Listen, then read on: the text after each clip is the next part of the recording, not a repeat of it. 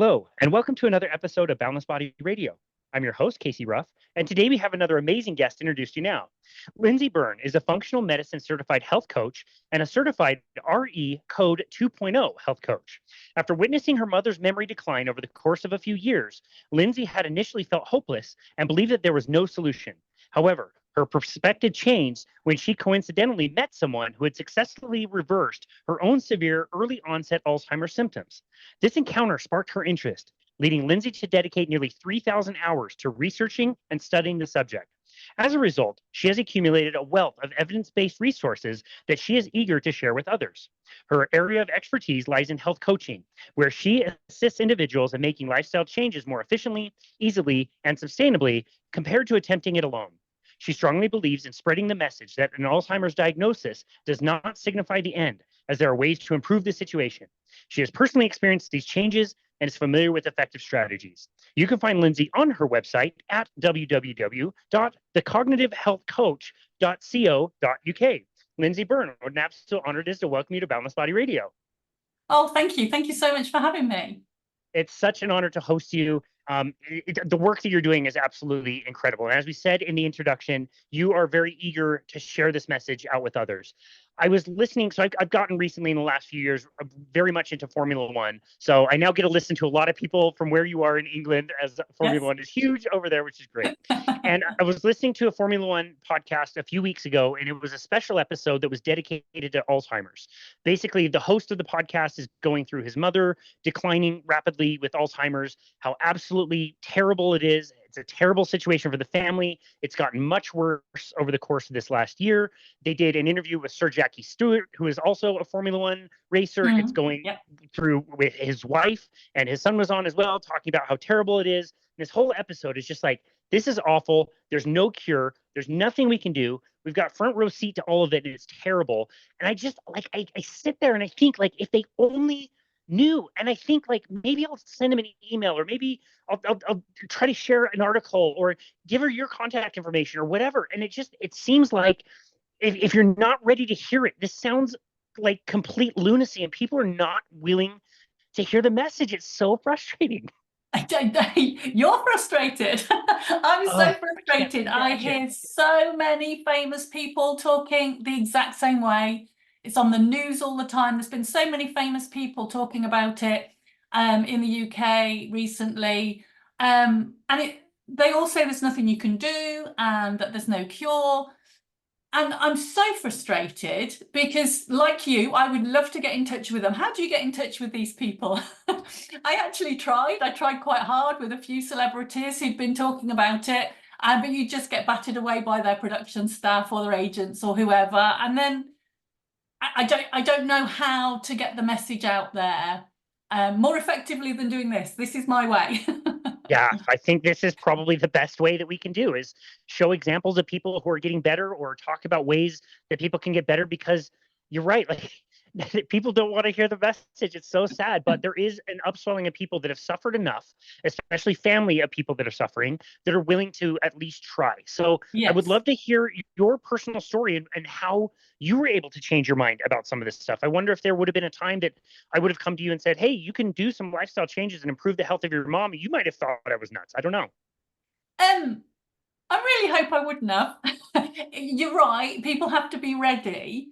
But I really hope I would have been open-minded, because it wasn't so much that I changed my mind.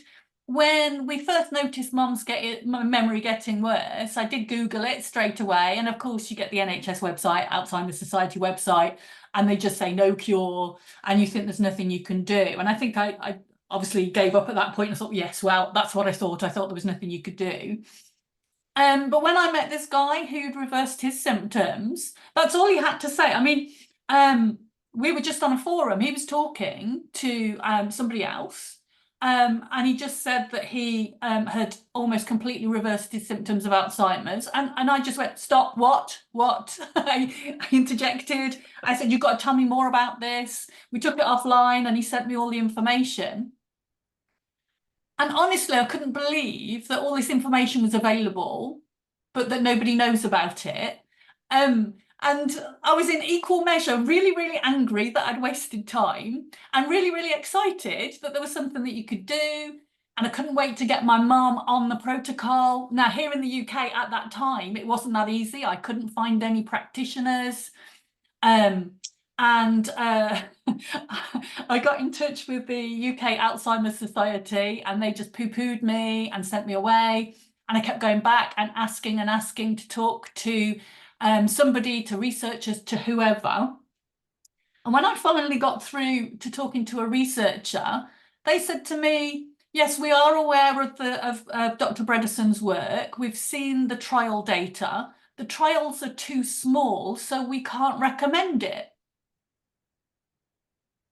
And I just sort of stumbled for a little while, and I said, well, you're the Alzheimer's Society. Why don't you fund a bigger trial? And it's beyond me. It is beyond me why we can't do something about this. You know, type 2 diabetes, you used to think there was nothing you could do about that other than take insulin. And now everybody knows that you can just change that, just completely reverse that with diet and exercise and a few lifestyle changes. Why should any other chronic condition be any different? We should at least be open-minded enough to look and see, are there some things that we can do? Yeah. Wow. That must, yeah. I could see Sorry, exactly what you're got on a rant there. No, it's perfect. It is perfect. I would go on a rant too. I could see exactly why you would feel equal parts frustrated, but also so excited that there is something you could do. So when was this? What time frame wise when you started? Oh, the time frame was amazing, because I found out about this in the pandemic. My coaching business, my executive coaching business, my leadership development business, my training business had fallen completely apart. So I had nothing to do. And so threw myself into helping my mum, and then decided this was it. This was my new vocation in life. This is meant to be. I have all this time for a reason. And retrain. First of all, I had to retrain as a functional medicine health coach first, because you need that basis first. And then as soon as I'd done that, actually, I hadn't even finished that. I started with the Apollo training to be the Recode health coach as well. Wow. Okay. And how sick has your mom been? Well, at that point. At the point where we just got her on the protocol, she could hold a conversation. She understood what was going on. She never got confused. But 15 minutes later, it was all gone, all of it. But there'll be nothing. You know, you can't carry on a conversation.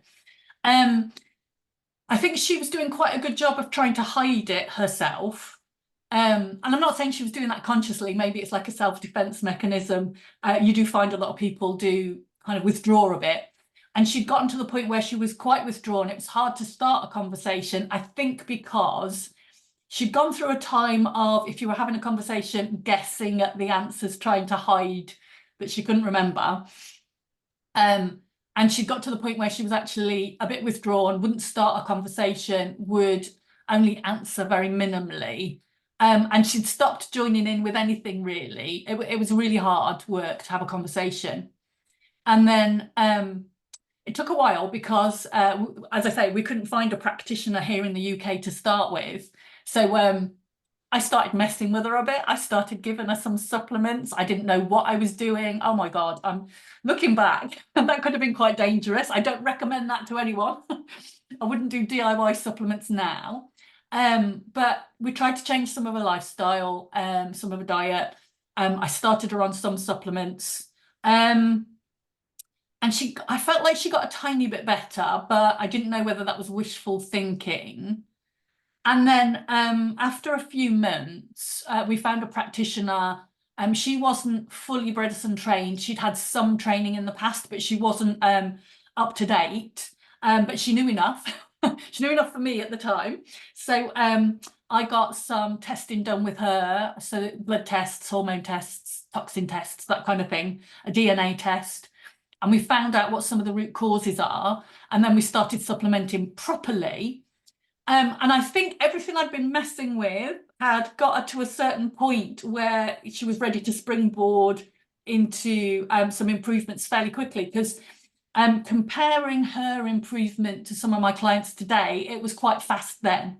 So I think the supplementing I'd been doing had got her to a certain point, and then once we knew bespoke exactly what she needed, she improved within just a few months.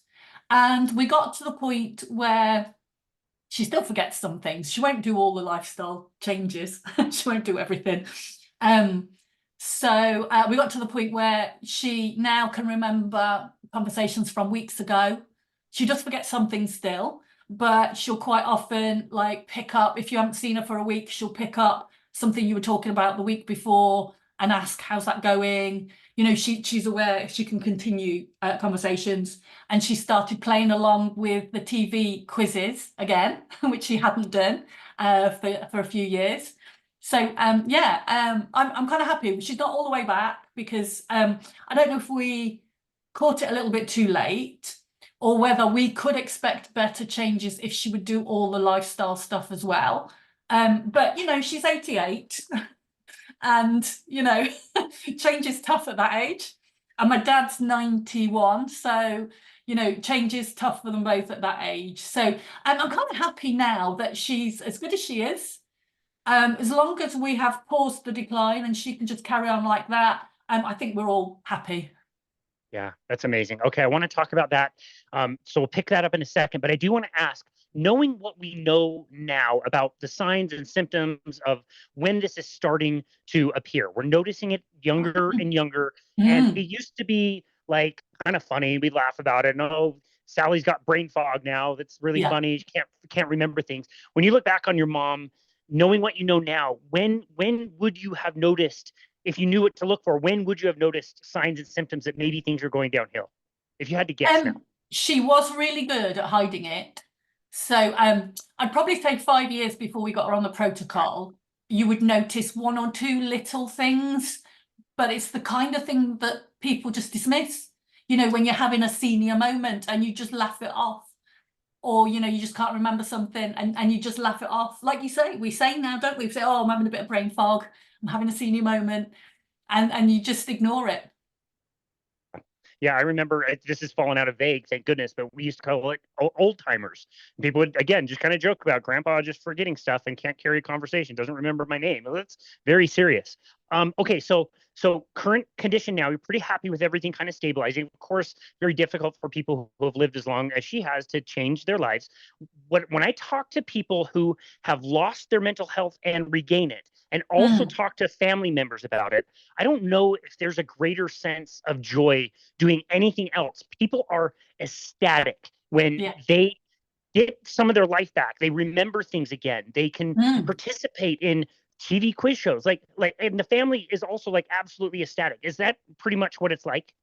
Oh yeah, I mean, and I love this work so much because that's exactly what it's like. Everybody, even before they've seen the improvements, you know, from the first session when they finally realise there's something that you can do and they've got some hope, it's just lovely to watch. That's amazing. You mentioned type 2 diabetes, and I think of the work of the doctors Unwin over in the UK and how they are helping to reverse type 2 diabetes. And that's their whole thing, is like people don't have any hope. They're told you have a chronic progressive disease. If it's chronic and progressive, it's only going to get worse. To learn that you could do something and it might improve, like that's amazing. Of course, that would cause tons of help, not only with the person who's suffering, but also the family, who I would argue is suffering pretty much just as much. Well, yes. I mean, the horrible thing about this disease is once it's progressed so far, I guess the client doesn't actually know. We don't know, do we? We don't know whether they're happy in their world or what. But it's horrible. You're right. Horrible for the whole family to watch this. And, you know, particularly when their loved one doesn't remember who they are, or gets upset or frustrated or frightened because they don't know who you are and why you're in their home, or why aren't they at home? They're saying, I want to go home, and they are at home. You know, it was always the thing that I dreaded the most. I'm going to say that I thought that much about about diseases. I'm not that depressive. I don't know what the word is. But if I thought about a disease that I didn't want to get, it would have been obviously cancer, but Alzheimer's even more so. My grandma had it. She had dementia, my mum's mum. And I don't know if that weighed on me a bit, if that's it sort of made me think about it more. But yeah, I think it's just such a horrible one. Yeah. Yeah, pretty terrible to lose your own sense of identity and all the memories you've acquired over your lifetime. So when she was first diagnosed, what course of action was recommended by the medical system? Was she recommended different pharmaceuticals or different Mm. procedures? Like or was it just like go home? There's nothing we can do. So, yeah, I feel really bad about this actually. Our family have never been very good at talking about the important stuff, about the difficult stuff. So we've never talked about health, never talked about emotions. We're not that kind of family. And so when we could see what was happening and I had this option suddenly in front of me, obviously we needed to start a conversation. And I didn't even know how to start the conversation because she was in denial. And I took her to the doctor to get her diagnosed. And I don't feel good about this, but I took her without really telling her what we were going for. So the doctor did some tests and the doctor did all the talking. When we came back from the doctor, she was in absolute denial. And I actually think she'd forgotten what he'd said by the time we got home. Because then we had a bit of a family conference and she just was in absolute denial. Outwardly, she must have known there's something to it because there's no way she's never been one for taking pills at all. Whether that's supplements or anything, she would, not like taking pills, but she does take all the supplements that are recommended now. So outwardly she was in denial, but she was open to talking to the practitioner that I'd found. And that was great actually. The doctor himself said that he wanted to put her on a pharmaceutical, and he said, I don't know if it will do any good. He shared that his mum was a similar age to my mum and she was on it, and she got a little bit brighter for a few months, but it was short-lived. I mean, what a depressing message. And he's trying to give you a drug that has got side effects and not that much upside by the sounds of it. So yeah, that was the end of that. We left and we didn't go back. Wow. I would think even to like have a placebo effect, you'd want to like at least talk up the drug, like, Yeah, oh, this is great. This will help 30% or make something up, like I be a know a little brighter. placebo would do well. The fact that he said she was a little bit brighter for a few months, maybe that was the placebo effect, because you would expect at Wow. least that. Sure. Wow. Okay. I'm going to ask you to speculate here. I have my ideas. You hear about this in the system, how it's diagnosed, the treatments, a lot of pharmaceutical stuff. We know that the pharmaceutical direction that we've been going on has been largely fraudulent and fraught with all kinds of different problems and wasting all this money and drugs that don't really work. Do you think that there is a reason that you have gone to the Alzheimer's, you know, people who are making the rules and regulations and they say we know nothing about that, the trials are too small, we can't fund bigger ones? Do you think there's a reason for that? Do you think there's vested interest, without getting like too conspiracy theorist here? Do you think that there is powers that be that want this message to be suppressed? I need to be really careful. I got stumped on by the pharmaceutical companies for some posts that I was making on Facebook. Oh my goodness. So I need to be really careful what I say. And I think if you think about the Alzheimer's Society or the NHS here, the pharmaceutical companies obviously have a vested interest in doing clinical trials for drugs they can sell. So that is their driver. And obviously there's a big linkage between the pharmaceutical companies and the NHS, and the Alzheimer's Society fund trials. So they've got good relationships with the pharmaceutical companies. I don't want to get conspiracy theorist about it. I don't want to say that they're suppressing information or anything like that, because who knows? I would hope they wouldn't, but you can see it's not in their interest to push it. If there's things people can do that improve their symptoms and there's no money in it, they're not going to advertise it. I would really hope that they wouldn't suppress it, but Yeah. who knows? I really appreciate that careful answer. I'm sorry to put you in a sticky spot as far as that goes. If you email me later and say, hey, you should edit that out, I'll be happy to edit it out. But I appreciate that. It's hard when down on the ground, this level, like people are suffering so greatly that you would think, you would really hope that as they learn different information, they can be forthright with it. I'll just say I hope that is the case as well. Yeah. Tell us about what you learned about the protocol specifically and about Dr. Dale Bredesen. What specific things did you learn that gave you so much hope? What things in the lifestyle could you potentially change? There's so much, and it all makes such a lot of sense. The first thing I did was I read the book. Well, actually, the first thing I did is I watched a couple of videos of talks by Dr. Bredesen, and then I read the book, and it was quite clear that there was a lot that you could do yourself. Obviously, the testing you need a practitioner for, and the supplements, you need to find out what your root causes are to work out exactly what supplements will work for you. But there's just so much in the lifestyle. So it is diet, it is exercise, it is sleep, stress, good relationships, brain stimulation, whether that is just going out and having conversations with friends, or whether that is brain training or learning new things. But there's so much. I mean, basically every aspect of your life. And making sure that you are minimizing your toxic load. So not, cleaning up your environment, not having too much interaction with smelly cleaning materials, chemical cleaning materials, the chemicals they put in our food and in our personal care products, the creams you put on your face, your deodorant, your everything. It all makes so much sense, because if you think about it, pretty much every chronic illness is growing at the moment, isn't it?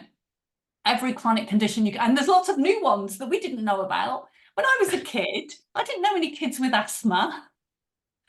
Absolutely not.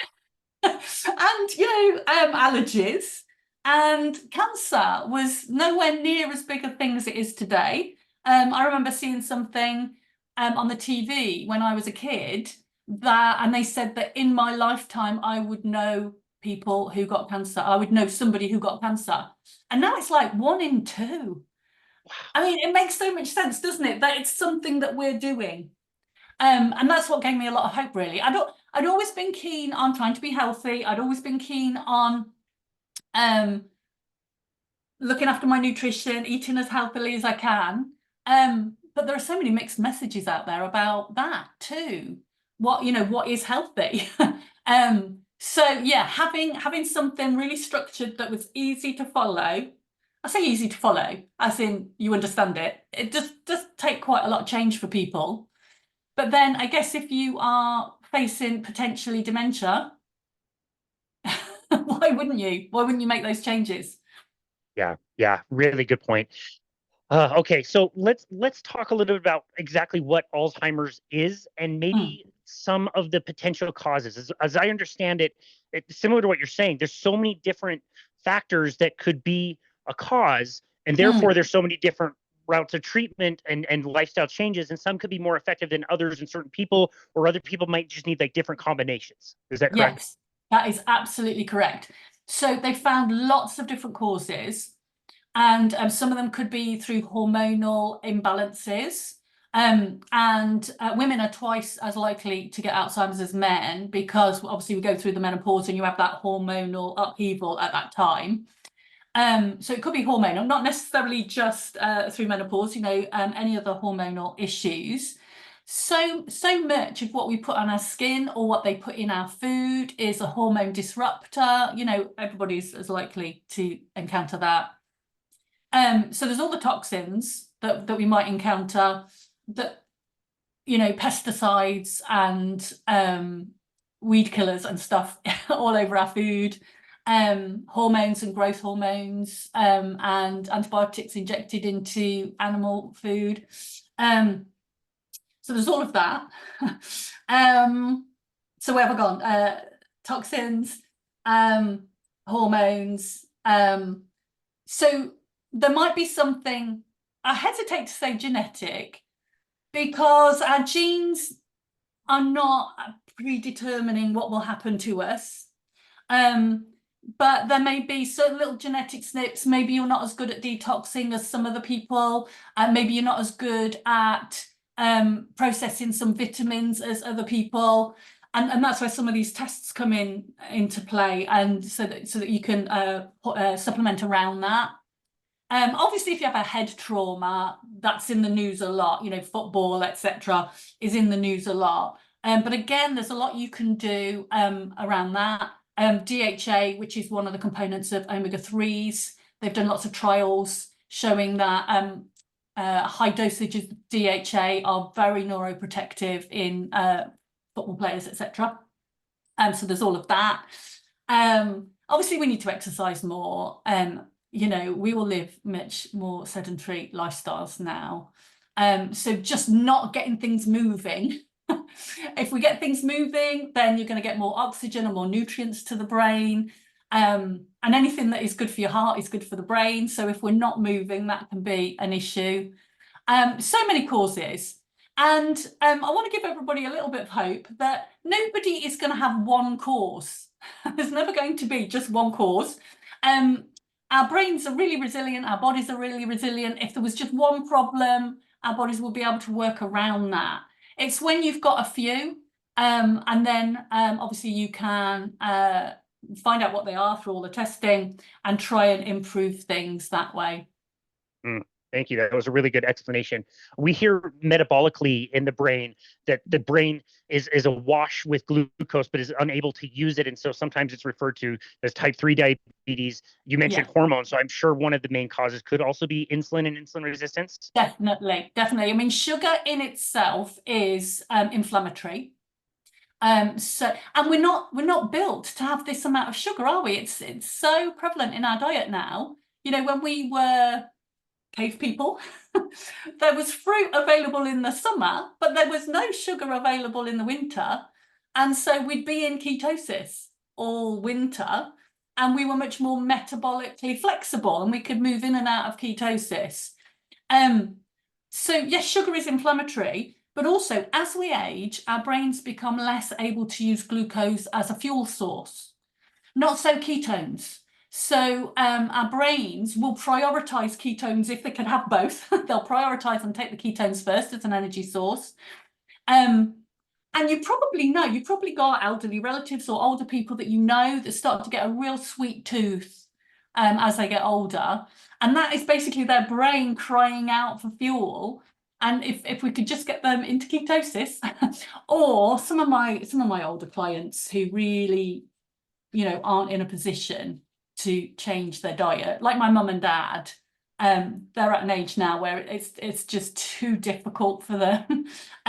You can supplement with exogenous ketones, and your brain will prioritize using that first. I mean, I'd recommend the diet first. Let's do it naturally if you can, but supplement if you have to.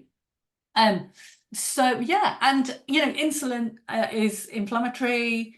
Too much insulin. So that is going to disrupt all your hormones as well. So yeah, you're absolutely right. And they do call it type 3 diabetes. This is not the only cause of dementia and Alzheimer's, but yes, it's one of the biggies. So definitely one, and one that you can control so easily just by changing your diet. Yep. And I was going to ask you, what were the things that your parents were not so much willing to do at this point? And it's such a bummer that the diet is one of those, because in my opinion, that's probably one of the strongest things you can do. If nothing else, like you said, it's one thing that you really can control yourself. And, you know, if that gets you down the road a ways, you know, making progress, that's phenomenal.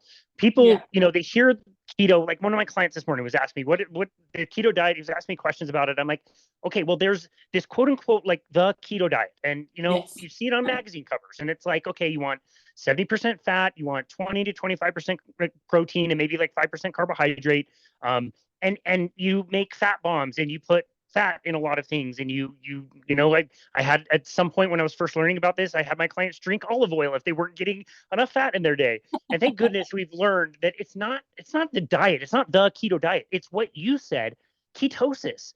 Being in a state of ketosis is marvelous and super healthy. Can you reiterate one more time what is so beneficial about being in ketosis when it comes to brain health? And we can expand that and say what other things tend to get better when we spend a little bit of time in ketosis? So ketosis is, we're meant to be in ketosis, as I mentioned. When we were cave people, we'd be in ketosis all winter. And ketones just make you feel so sharp mentally.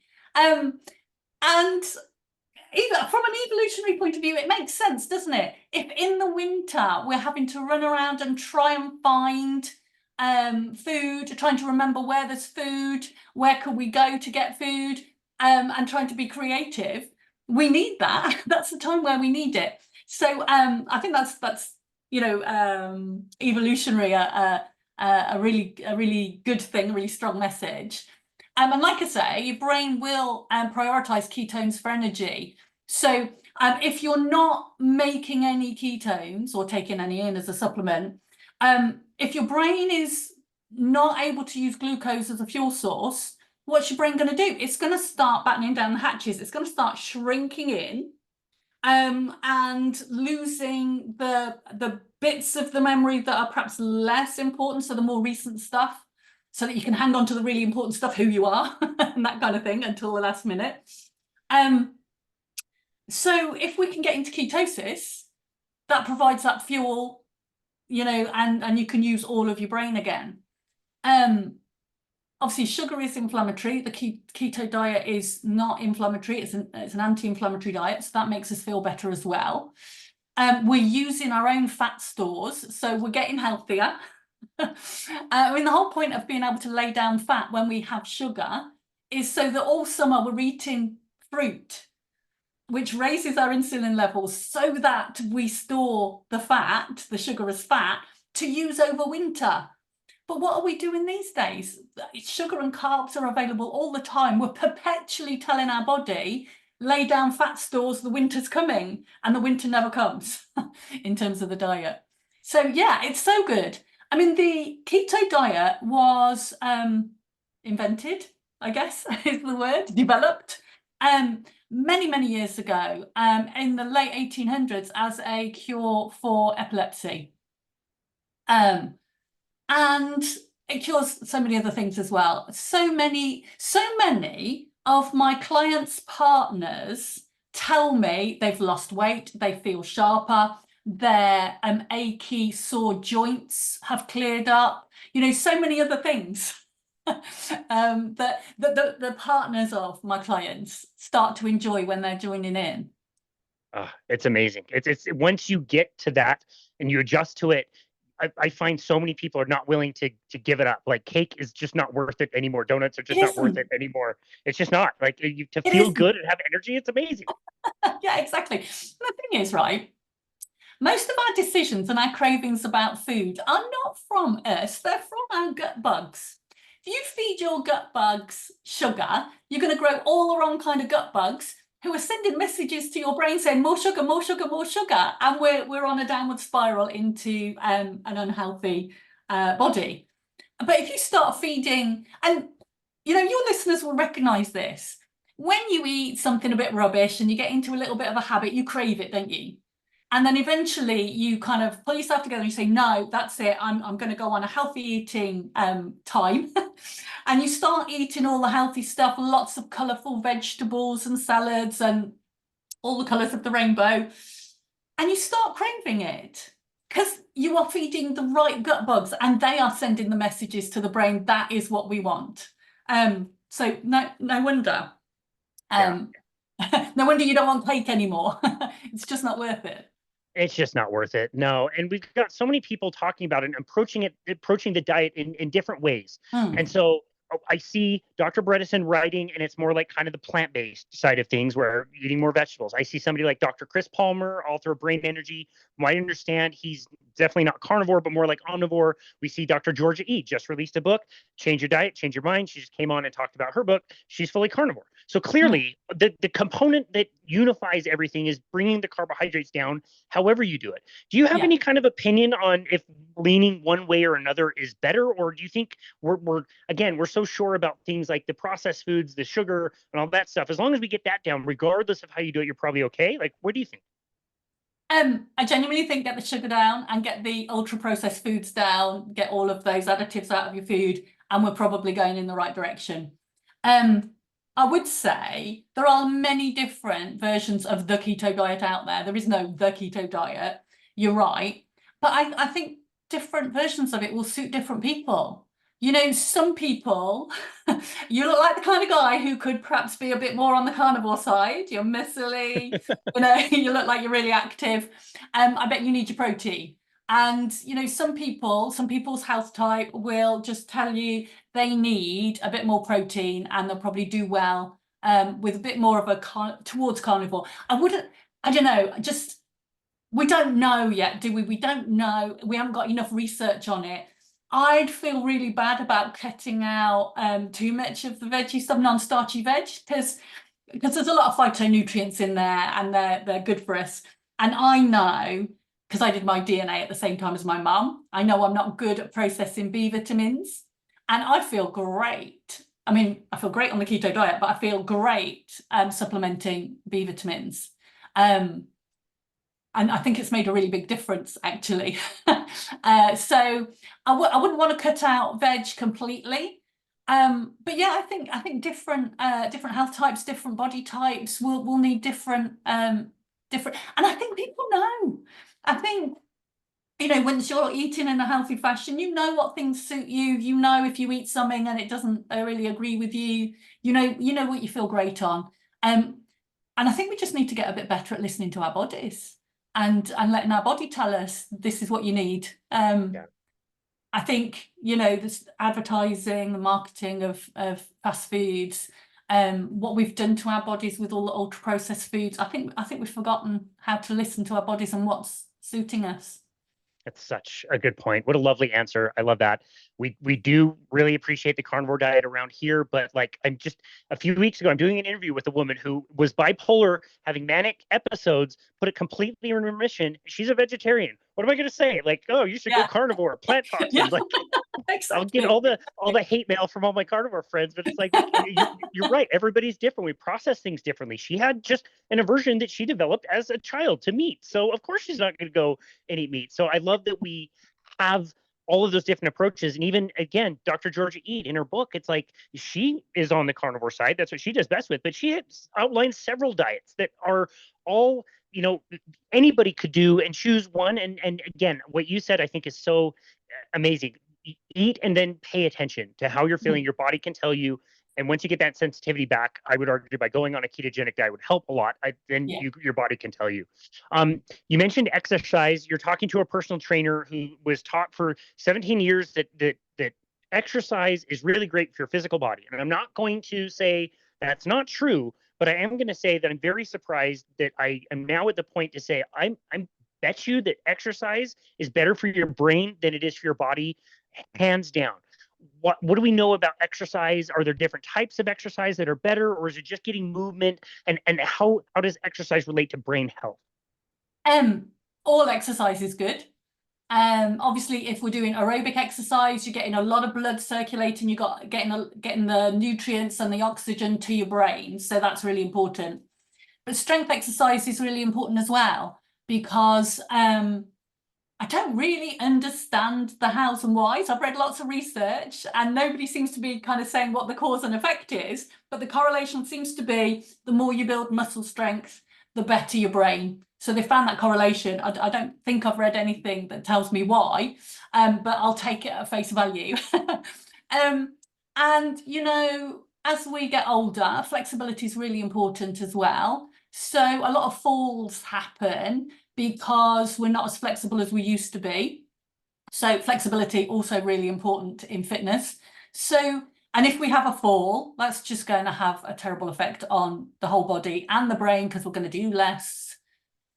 It's the start of a downward spiral, isn't it? So yeah, all exercise is good. Do what is fun to you. I mean, don't punish yourself. There's no way I'm going to the gym. There is nothing on God's earth that could make me go to the gym.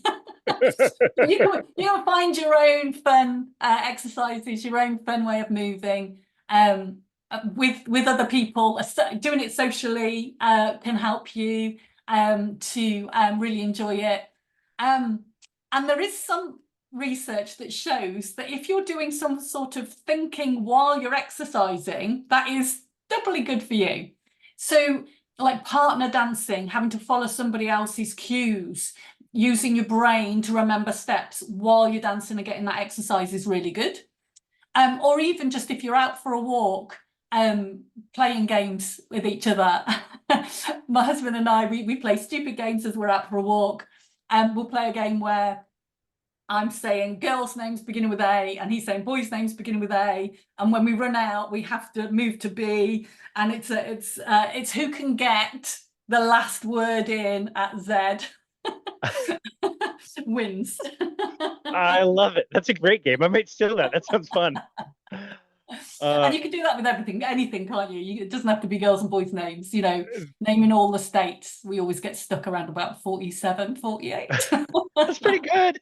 It's pretty good for not living in America. Yeah. That's great. I love all of that. I love that you mentioned strength training. This is pure speculation, but I wonder if a good mechanism is, at least if you're strength training, building a little bit more muscle, you will have a place to store carbohydrate and thus be maybe just a little bit more insulin sensitive on the metabolic side. There's probably lots of other reasons, but I love what you said about if you can do it with other people. Like I was on the ice playing ice hockey a few days ago, and you don't realize the level of like cooperation and decision making and like all these things working towards a common goal with your buddies, even though they're talking smack at you all the time. Like you're still like moving together and working together. There must be a component of that should be really good for a human's brains, where we evolved, cooperating with each other. It is so important for the brain, social interaction, even if you're not talking, if it's just looking at cues. If you're participating in a team sport where you've got to keep your eye on where everybody is and look for the cues and know, oh, they're going to pass to me any minute now. But if you are talking as well, all of that is a really good workout for the brain. Just going out and talking to friends is a really good workout for the brain.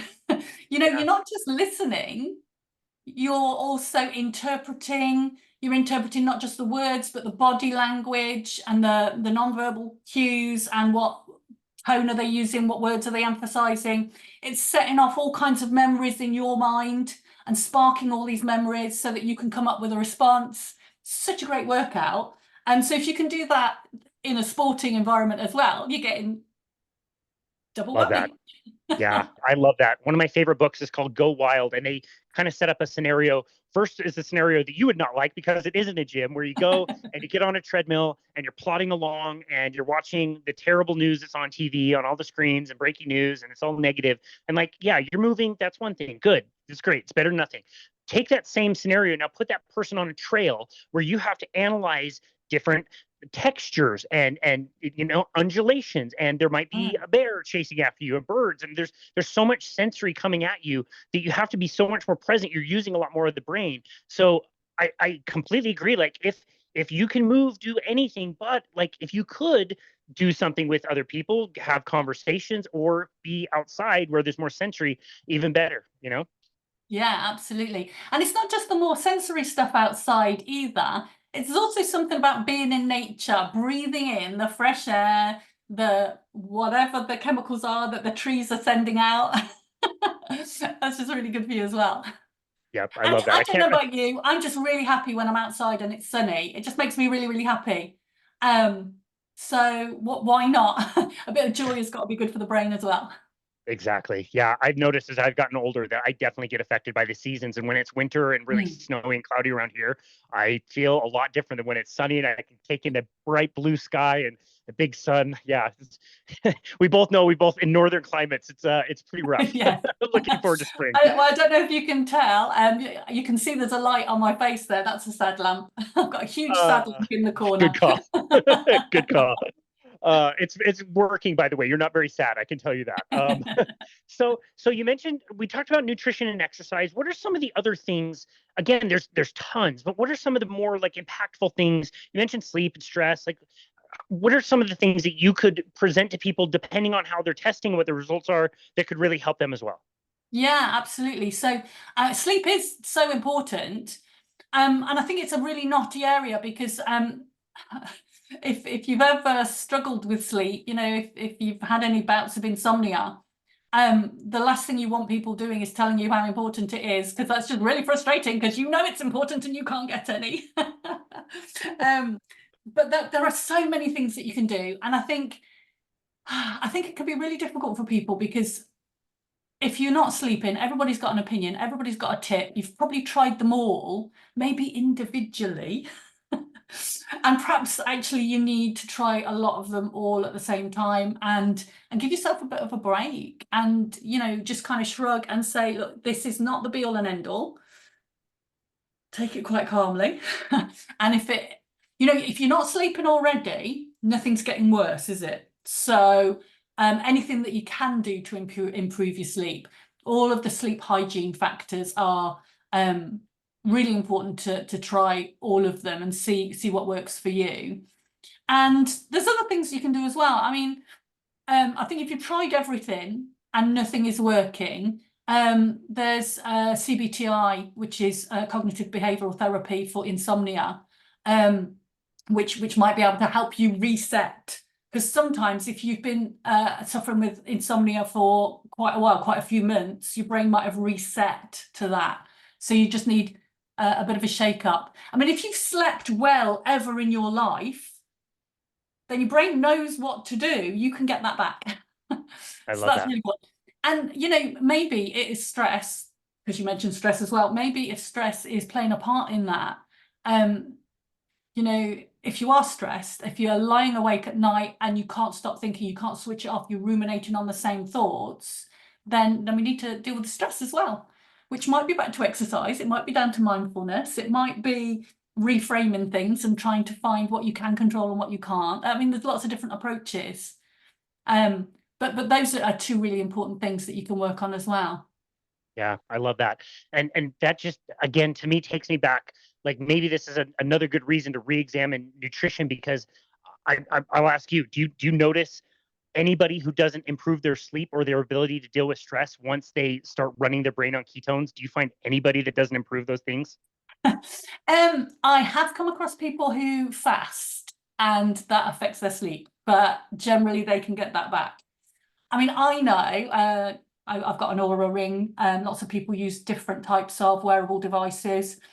I know if I eat something I shouldn't, I see the stress spike in my ring, in my app. And I think a lot of my, when I do have stress, I work really hard on my stress and on relaxing and calming down. And I've pretty much got that under control. But I know if I eat something I shouldn't, that's when it shows up on my ring. So yeah, your body knows what to do. If it's getting the right ingredients in, it knows what to do. So yeah, most people that I meet, their sleep does improve just as a function of maybe exercising a bit more and getting the right nutrition.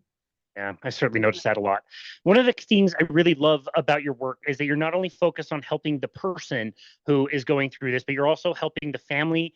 And from what I can tell, the most important component is if that person is in a relationship, you're working with the significant other, the spouse. Why is that so important when it comes to mental health? So I do have a mix of clients, actually. I do have clients where I coach the couple. And I just think that is really, really helpful if your partner is doing this with you and supporting you. I mean, even if you just think about the diet, there will be times when you go out and you just want some cake or you want a drink. And if all your friends are going, go on, have a piece of cake, you only live once, it's quite hard to turn that down. Whereas if you've got a partner who's helping you with that, and you're both doing it together, you can be strong for each other. So I think that's really helpful. But I do have clients that I'm coaching and they just do it on their own. Even if they're in loving relationships, maybe their partner is okay and doesn't want to do it with them. Actually, most partners do end up doing it eventually because they see the improvements and it's just easier, isn't it, if you're cooking the same thing? Yeah. But yes, I have clients who are doing it on their own. But part of the coaching is not just about the things that we've talked about. Sometimes it's about finding a sense of meaning and purpose in life, something to stay strong for, something to look forward to. So that can be really important. Or just finding the joy. You know, if you've noticed your memory's not doing very well and you've been stewing on it for quite some time and you've noticed it getting worse and worse and worse, I can imagine that's quite depressive.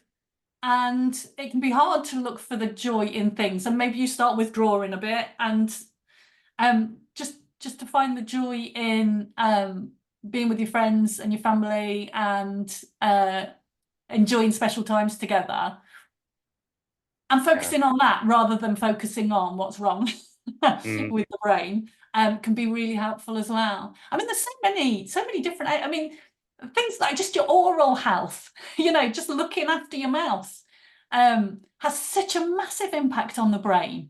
And I don't think people always quite appreciate how strong that link is as well. So, I mean, it's every area of your life. There's no part of your life that is untouched by this. Yep, totally. And I'm sure it's obvious to the listener that, like, if you haven't encountered these things yet in your life, you're in your 20s, you're in your 30s, whatever, all of these same things that we're talking about are going to be important for you to start implementing now so you never have to deal with it down the road. Yeah. I'm wondering if you can share some stories with us. Do you have any favorite stories of people you've worked with in the last little while that you'd like to share? My all-time favorite client. When I met her, she'd been working so hard for years. She'd tried lots of things. She knew about Bredesen before I ever did. She had found some people to help her, but wasn't really getting the support. As I say, there was nobody 2.0 trained in the UK, even when I found it. So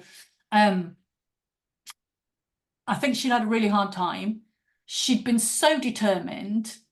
Some of her courses were the really bad ones, like toxins, mold, and mercury, that can have such a massive impact really quite quickly. And interestingly, you can turn them around as well. It's the hardest one. Anything to do with toxins, it's the hardest thing. And you have to go quite slowly.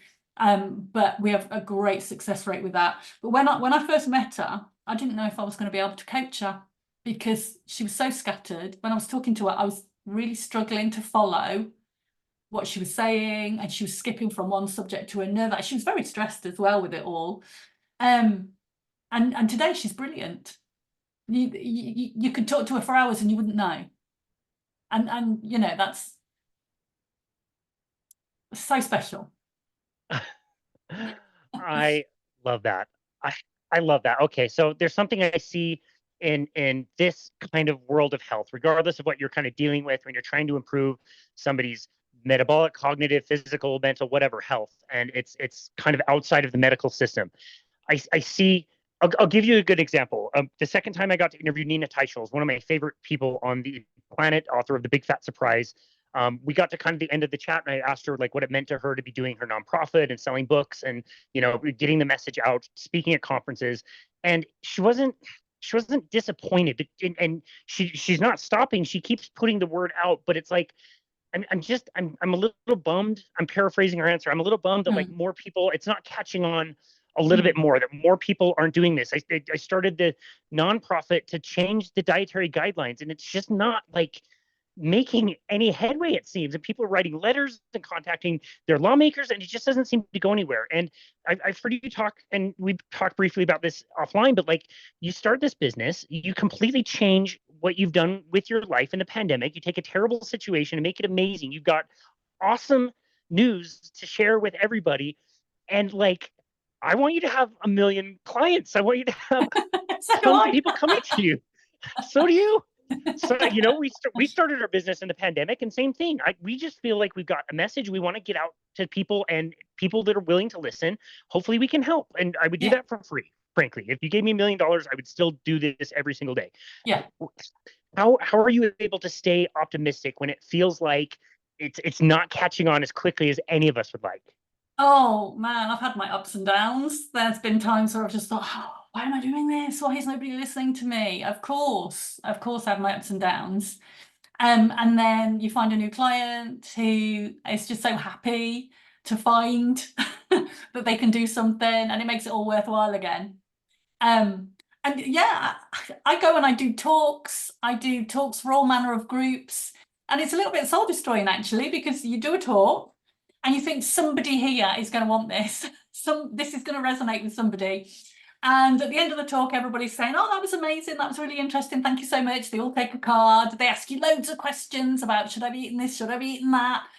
And then, you know, you have no idea whether they've gone away and even made any changes. And it is a bit soul destroying. But if nobody had told me about this, where would my mum be now? And where would I be? I'm on prevention, you know. Where will I be in the future without this? I mean, I've got to keep telling people. Nobody believed that we could reverse type 2 diabetes. And now everybody knows that you can. It's just, I'm at the forefront of all this.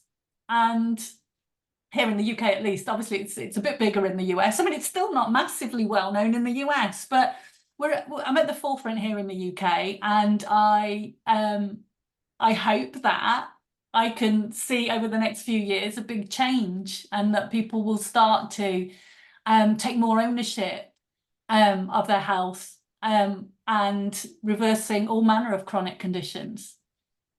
That was such a beautiful answer. I hope so too. I hope this message keeps getting out, and you're a big part of that. And your open and joyful personality is absolutely wonderful. I hope you get in front of more people. I hope more people are ready to listen. It might take some time, and it might be way slower than any of us want it to be, but it's really, really good work that you're doing. So thank you so very much for taking the time to come on our show today, Lindsey. Where would you like people to go to find you and connect with you in your work and become clients so that you can help their families and their parents, and let's stop the suffering? Definitely. So my website is probably a first port of call, which is www.thecognitive.healthcoach.co.uk. You can join my Facebook group, which is free to join, and that is Hope in Alzheimer's UK. You can find me on LinkedIn. I am The Cognitive Health Coach, and I am also The Cognitive Health Coach on Facebook generally. And I've got a few videos on YouTube. I've got a YouTube channel, which is also called The Cognitive Health Coach. So you can find lots of free tips and me talking about various things and helping people think about keto or exercise or oral health or whatever it may be. Excellent. We will link all of that in the show notes. Please, whatever you do, keep it up. Keep up the great work. There is somebody out there that's going to hear you and hear this conversation and want to change. They'll be ready for it. And so we need people like you to keep getting that message out. Lindsey, thank you so very much again for all of your amazing work, for helping your own family, which must be so special, and for taking the time to come on our show today. We really appreciate you. Oh, I really appreciate you letting me come on here and talk about this, because this is the only way to get the message out there, isn't it? For people to hear this. And even if they don't need it straight away, that they know that it is something that can be done, and they can share that with other people that they come across, and hopefully not need it themselves in the future. Yep, totally agree. Well, thanks again for coming on. We really appreciate you. Thank you so much. And this has been another episode of Boundless Body Radio.